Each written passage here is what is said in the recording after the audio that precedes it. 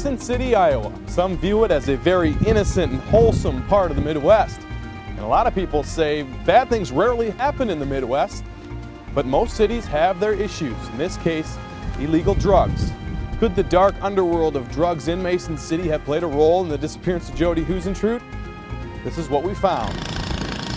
The problem of drugs in North Iowa and southern Minnesota isn't a new phenomenon. During the past few years, there's been an epidemic of illegal drugs, particularly in small towns where dealers felt they could operate under police radar. Thanks for joining us. I'm Jodi Huisentruit. We focus on the possible connection between Jodi's reporting duties and drug activity well documented in North Iowa.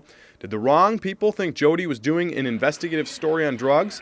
And did that impression play a role in her disappearance? Some who worked closely with her doubt that scenario. You know, she was mainly the morning anchor and just at the anchor desk. Once in a while she'd go out and report, but nothing like that I remember. Somebody claimed that she's doing a drug story on drugs, and she got too close to these people, and they had to take her out.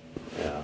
You know, that's another far-fetched one. It wouldn't have been her type of story. She would not have enjoyed it the way a lot of other people would have. But Jodi's sister, Joanne Navy, thinks Jodi may have met people who had knowledge of illegal drug activity. Yeah, there's probably that possibility. She was a very sharp girl, but like you said, maybe she wasn't aware of something and just found it out.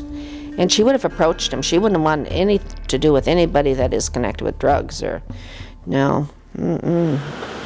In the mid-1990s, North Iowa was having its share of drug activity, much of it centered around drug dealer Dustin Honken. He was indicted in March of 1993 on federal drug charges.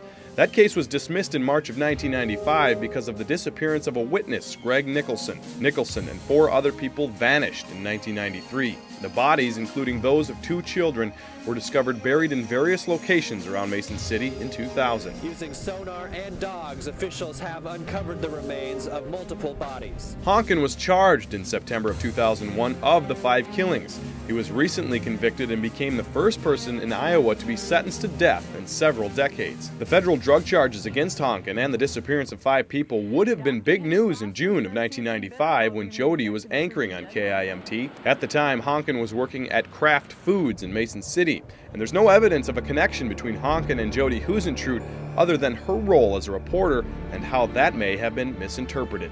We know of personal items left at the scene: Jodi's shoes, her keys, her hairdryer, hairspray, and makeup. But what about what wasn't found? According to Tammy Baker, Jodi carried a briefcase with notebooks and a purse. Those were not found in the parking lot. So why would the briefcase disappear, and what could have been written in those notebooks? I know, it makes you wonder.